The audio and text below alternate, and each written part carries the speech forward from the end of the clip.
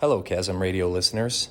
This is Gary Borash from the Natural Resources Conservation Service with your weekly Conservation Report. First, I want to talk about wind erosion. As you may have noticed, clouds of dust and soil blowing around on these windy days recently. The University of Minnesota Extension has provided some information that I am going to share with you. In Minnesota, the average wind erosion rate is a loss of 5.2 tons of soil per acre per year. I'll say that again, 5.2 tons of soil lost per acre per year. While that's only about the thickness of a dime spread over an entire acre, over 10 years, that's a half inch of the most productive soil, including the nutrients and the organic matter that really help with things like fertility and crop production. So what are some causes of soil erosion? Tillage depth and intensity. As tillage increases or accelerates the breaking down of soil aggregates, they become more susceptible to erosion, easier to transport. Another factor is residue or vegetative cover. If there is a physical barrier on the soil surface to protect against the wind, the soil is less prone to being blown away. Crop selection makes a difference in wind erosion. Short season and row crops have less soil protection just due to the fact that more of the field is exposed for a longer period of the year. On the other side of that, perennial crops or more densely planted crops, or a crop rotation that includes things like cover crops, will keep more of the ground covered for more of the time, protecting it from loss due to wind erosion. So that kind of brings us into some ways to reduce wind erosion. If you reduce the number of tillage passes or reduce the intensity and leave more residue on the soil surface, your soil will be more protected.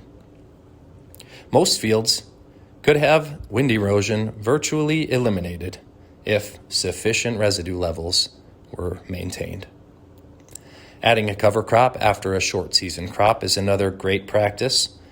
It prevents the soil from both wind and water erosion by having living roots as well as residue and a barrier to armor the soil.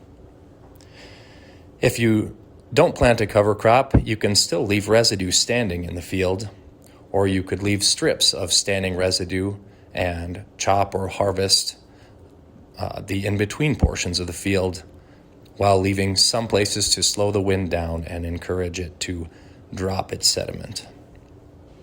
Another option is to plant vegetative buffer strips in erosive areas, something that will trap sediment and slow down the wind.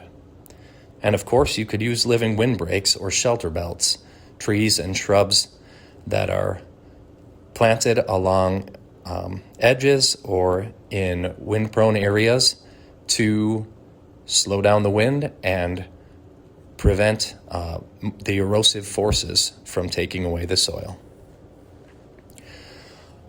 With regard to those practices, please stop into our office and talk to one of us from the NRCS or from the Stearns Conservation District about ways that we can assist with planning and technical assistance, as well as in some cases financial assistance for those practices.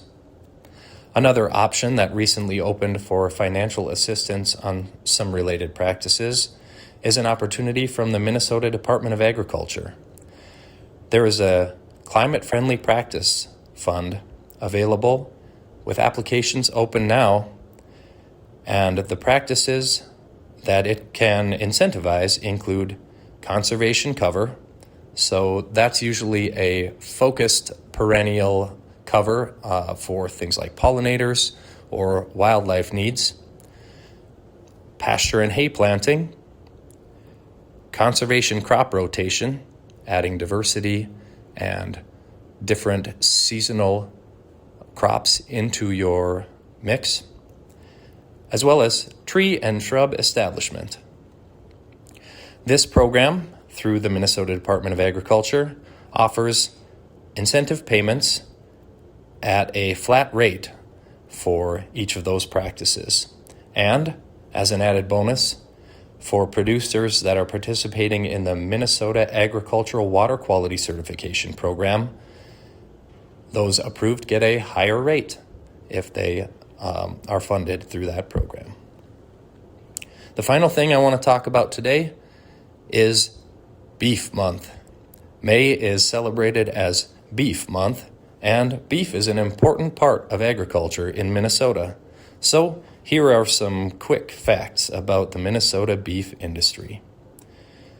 Minnesota ranks number 10 in beef exports in the U.S., and beef production at the farm level has a multiplier effect of about $2.05 for every dollar of output. So that means beef production is creating more jobs and investing more in the community than just what it gains through sales.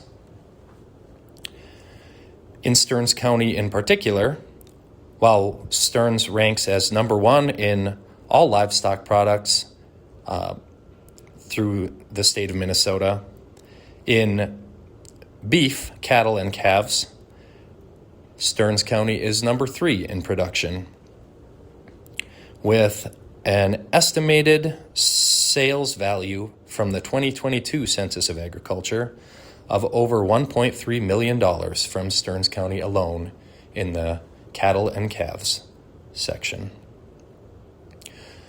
I hope you've enjoyed listening today. I hope that I sparked some ideas for you, and I hope that you'll stop in and visit with us or give us a call if you have concerns or questions about any of the things I've mentioned. If nothing else, I hope you go and enjoy some beef in the next week. Thanks, and have a great day. Signing off, I'm Gary Borash from the Natural Resources Conservation Service with your weekly conservation report.